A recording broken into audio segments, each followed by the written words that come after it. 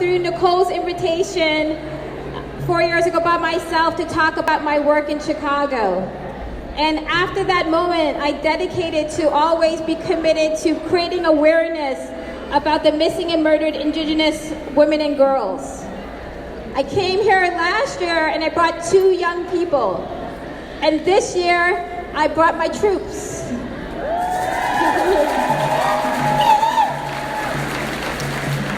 So I have 2 questions that I ask. One question, what does it mean to really show up for one another as Indigenous and Black girls? And how does our solidarity impact the future for our liberation?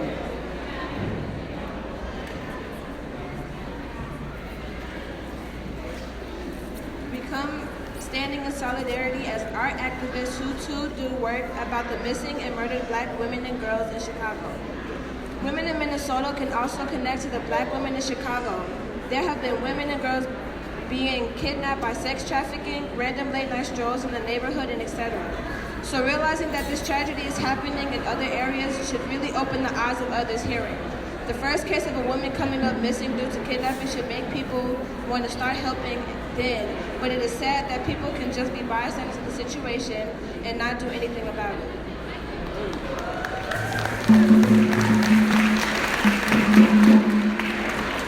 Like she said, there's a lack of awareness of all missing and murdered Black girls. So to remedy this, we have decided for the past couple of years to reclaim the names of all missing and murdered Black girls that have been lost to state violence or gender-based violence through hashtag Say Her Name.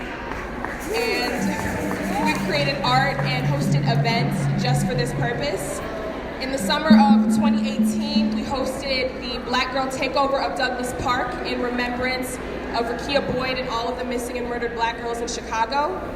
Rekia Boyd was shot dead by a police officer in Douglas Park who happened to live across the street from Douglas Park, and unsurprisingly, he was not convicted of any charges. So we took over the park over the summer. We showcased all of our art forms between singing, dance, and religion to showcase to him, everybody in the community, and especially to all the Black girls, that we do have the right to exist and that we have the right to take up space.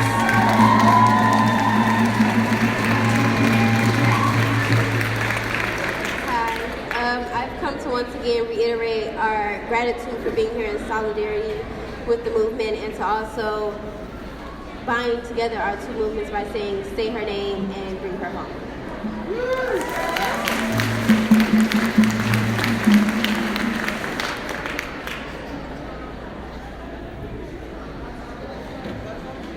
Thank you, guys. Thank you.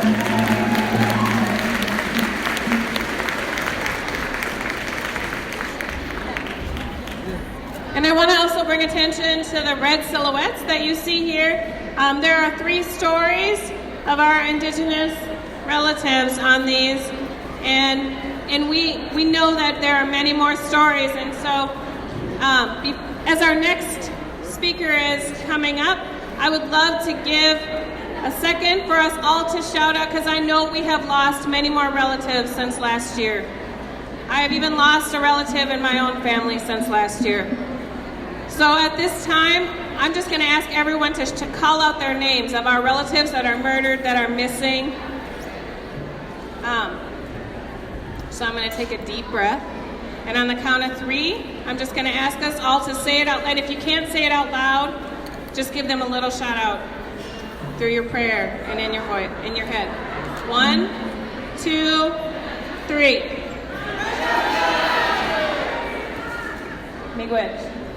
I'm going to ask Representative Kunish Podine, who should need no introduction because she is working hard in Minnesota for 2 years now to make sure that we have a task force on this issue, that we have a task force to raise the voices of our Indigenous relatives at the Capitol and in the state of Minnesota, that she wants us in Minnesota to say no more invisibility, no more murdered and missing. We're going to look at the issue and we're going to do something about it.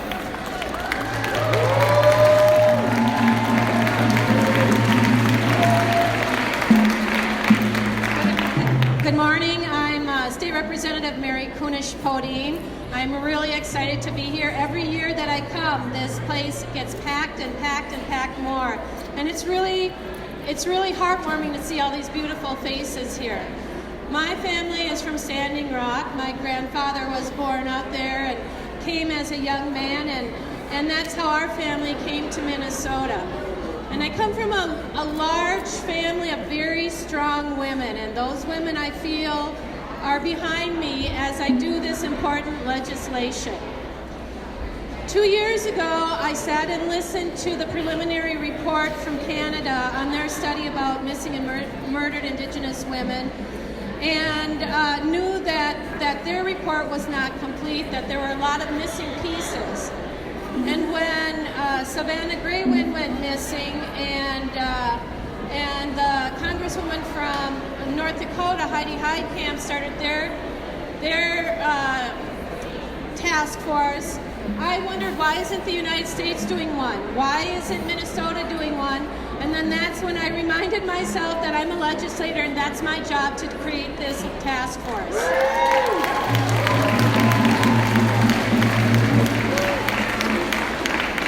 So we brought the task force to the legislature last year and got overwhelming support, but unfortunately it got caught up in politics and didn't get passed. This year we brought it back, and again, folks are coming forward.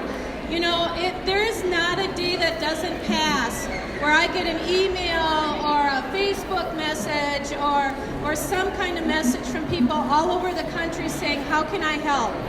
And I get calls and asks of how they can support from Canada. I've even had people from England and France saying, how can I help? The overwhelming support is absolutely incredible, and we are going to continue this work until we get it done. The next speaker is going to share with you some very important information about this task force and how it will ensure that this task force starts. But one thing I want to just share with you, as I drove over here today and I was thinking about all of the folks that would be here, I realized that every one of you, every one of us that carries Indigenous blood through our veins are survivors. We are survivors. We are survivors because our ancestors survived. And there are so many of our women and girls, our two-spirit folks, our men, our boys, that did not survive. And so I'll ask all of you to reach back into your generations and ask those generations that came before us to give us the strength and the power to go forward on this task force, because it's going to be painful, it's going to be really hard, but it's going to be successful, and we have to make sure that this does not happen anymore. Thank you so much for being here, for inviting me to be here.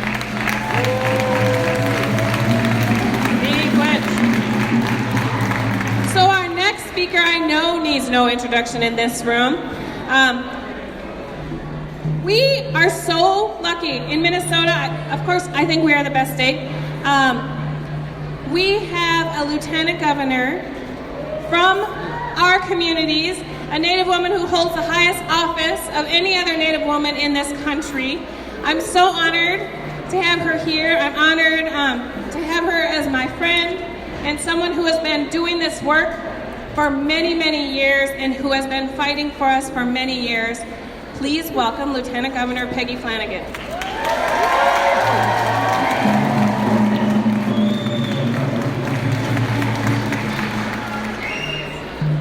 Wow, this room is packed. I've never seen so many people at the Indian Center before, so it's incredible. I am really honored and humbled to be here today and to be able to be here as Lieutenant Governor, but more importantly, as an Anishinaabe-Kwe. And knowing that there will be a stream of Indigenous women and allies and a sea of red walking and marching together so that people see us. so people see us. We are at a really important time in our history as we see the leadership of Representative Mary Kunesh-Podein and leaders in Montana and in New Mexico and in North Dakota and all across Indian country who are saying that we are standing up for our missing and murdered Indigenous women, and that this kind of treatment of our people and communities must stop.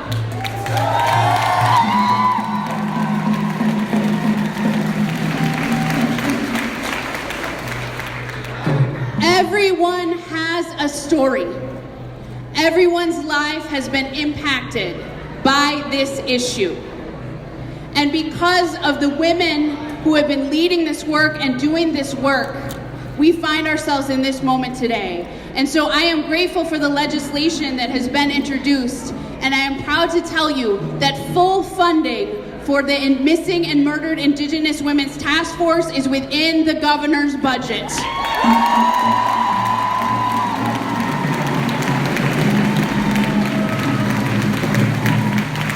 But that is not enough. If we have a task force and we come together and the community tells us what is necessary and needed and that's where it stops, it is not enough. So we need community-led and community-informed solutions to ensure that from this day forward, we are lifting up the voices of the women that we have lost, and we are saying to our young Native girls, this will not happen to you. We love you and we see you. So in order for us to be seen, heard, and valued, it will take everyone in this room and our allies to say we will not be political pawns. We will not be political pawns. There are no deals to be made over our bodies.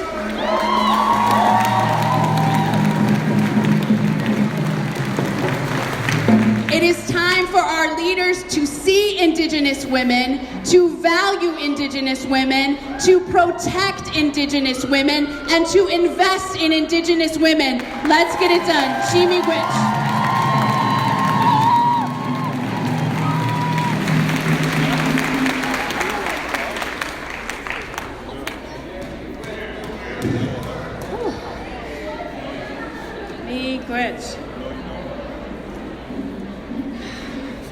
This march is about all of us here and all of the many who are not here. And I want to, in order to really honor that, I want to make sure that we hear from a survivor or a relative of a survivor. I'm going to ask, and I'm looking around, for Doreen Day to come up.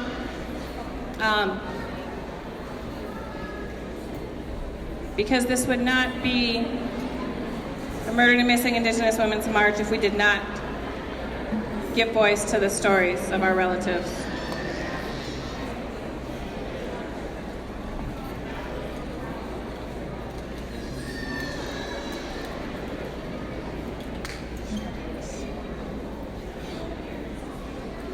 Shkabewas.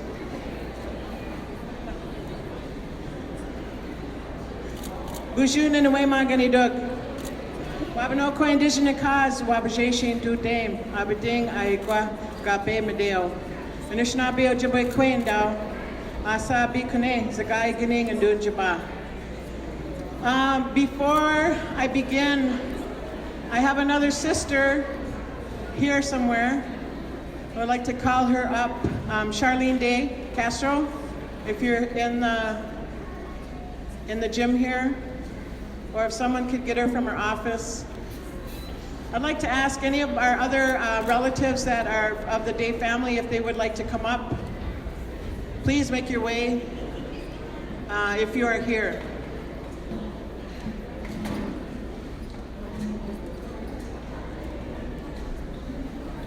We're going to go ahead and begin.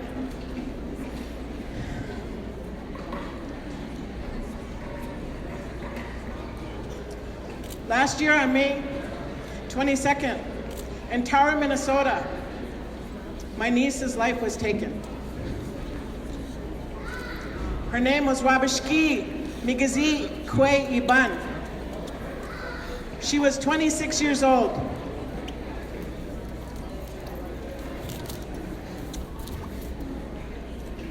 "45 years ago,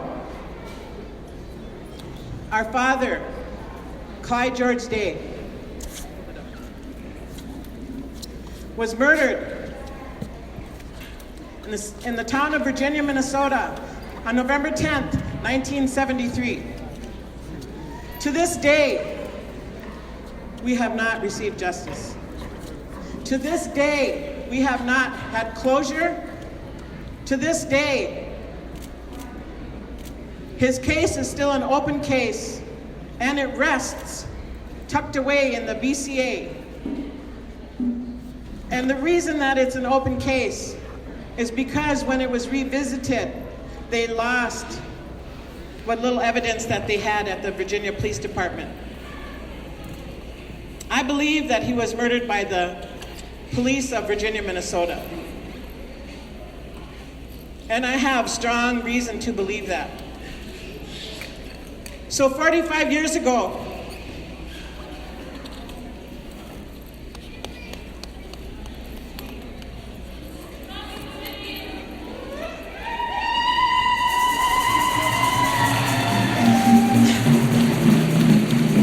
our family suffered the greatest loss.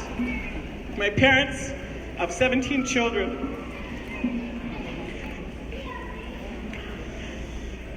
Our Dede Iban. And so it is that we live today as Anishinaabe, and we suffered yet another blow.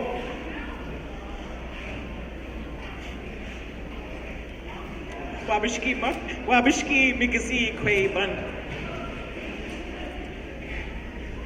What I'd like to say is I would like to encourage you all to think about those that have gone on now, whose lives have been cut short, those who have left us in the most violent way, yet they are still our ancestors. I advise you, I beg you, I suggest to you to say their name. Meshkawe Benes Iban.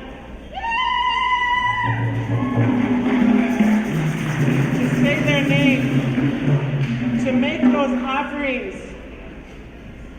And my sister is here. My sister Janet just rolled up. And to say their names, and to make those offerings, and to feed them. Because I was taught by an elder from Mille Lacs that when someone is taken from us, that when we say their name, and we still continue to love, and we still continue to share our kindness, that it helps them over there. That is as much as I want to say. But before I go, I want to sing this song. This song is a healing song because every single one of us has lost somebody. Every single one of us, whether through a natural death or whether they have been taken in the violent way that these two have. We need healing. And we need to share with one another so that we can heal, so that we can hold up our mothers that are mourning, so that we can hold up our fathers, our uncles, our aunties, our nieces, our nephews, our daughters, our sons. So I'm going to share this song that came to me. And it talks about Goko Misanan, our grandmother Moon. She's waiting for us to stand under her on the full moon. She's waiting to take your tears. She's waiting to take your asema, your tobacco. She's waiting. She's waiting to help you. And she's waiting to help you heal.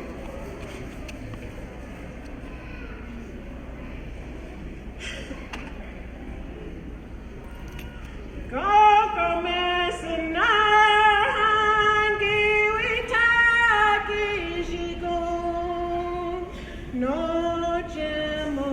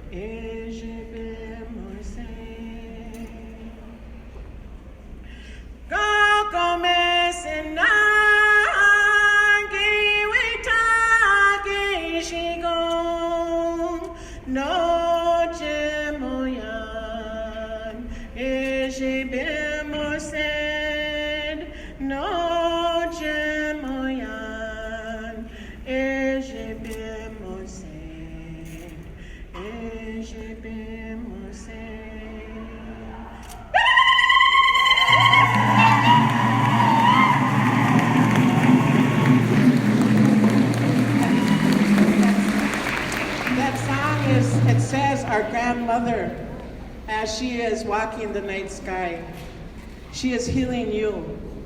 She is healing me. And now I'm going to turn it over to my sister because she wants to tell you two things. Miigwech for your kind attention, I hope. Bonjour, and in the way my gunny duck. I say miigwech to Wabanakwe for that most beautiful song. It's just beautiful. I want to say that, we, besides our father, our grandfather, two of our uncles, our niece, we also had a sister. Her name was Debbie Porter, and she was stabbed to death in Duluth over 10 years ago. And so we've all lost somebody. And what I want to do about this is, as many of you know, I lead walks along the river. On August 1st, we are going to walk the Red River. We're going to start in Wahpeton, North Dakota on August 1st, and we're going to walk that river all the way to Lake Winnipeg.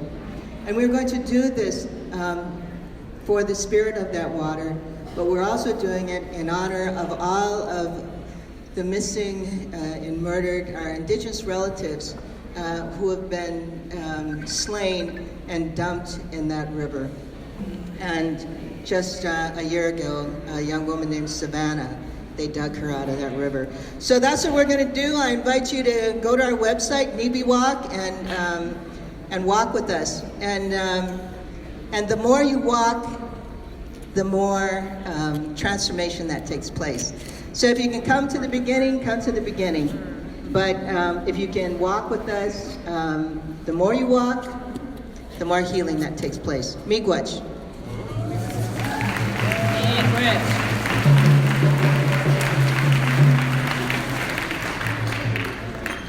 So before we get going on our march, we have a couple groups of our youth that are going to sing. We are also waiting for, we have 14 school buses coming from the Minneapolis Public Schools. Can you believe that? 14 school buses. Incredible. Last year, my daughter did a walkout at her school and got threatened with suspension. This year, we have 14 school buses showing up from Minneapolis. That's amazing. So I'm going to ask, and also, did Representative Kunesh Podine leave? Did she leave? She had to leave. Okay. So she left. We'll connect with her afterwards. So I'm going to ask this group of young people to come up.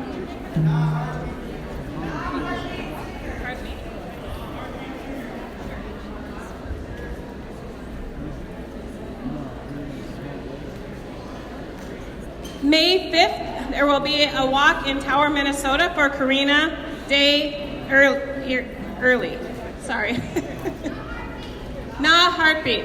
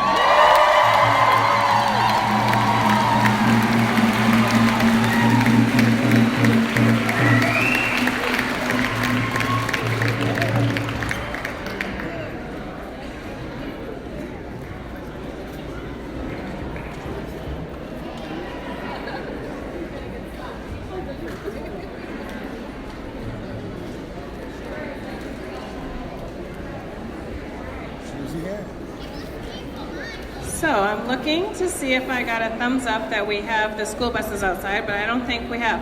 And I think I had one more group that wanted to come up and sing. Oh, there you are.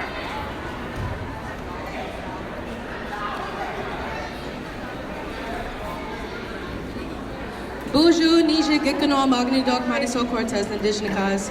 I am Marisol Cortez. I am Ojibwe from White Earth, and this is my friend here.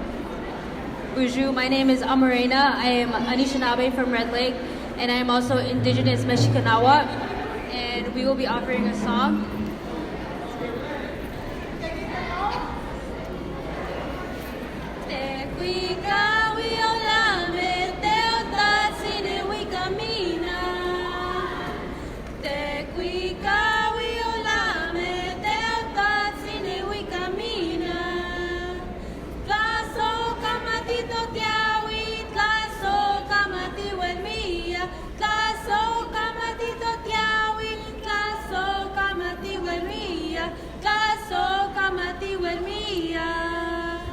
Cantemos con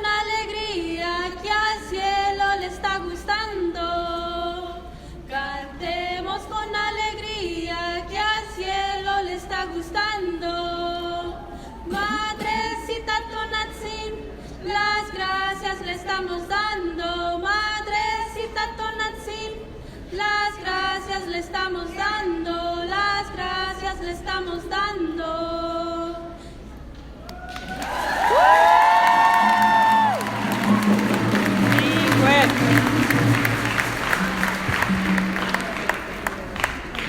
Yeah, I'm so inspired. Our youth, they're amazing, and I'm so happy to see all of them here, and I'm so happy that they're leading us. We are going to start getting ready and start making our way out. We have 14 school buses. They are going to be, the youth are going to lead us. So they are going to be directly behind the truck. If you need a ride, we do have the truck in the front. Please come and see me. We will make sure that you are in the truck. Thank you.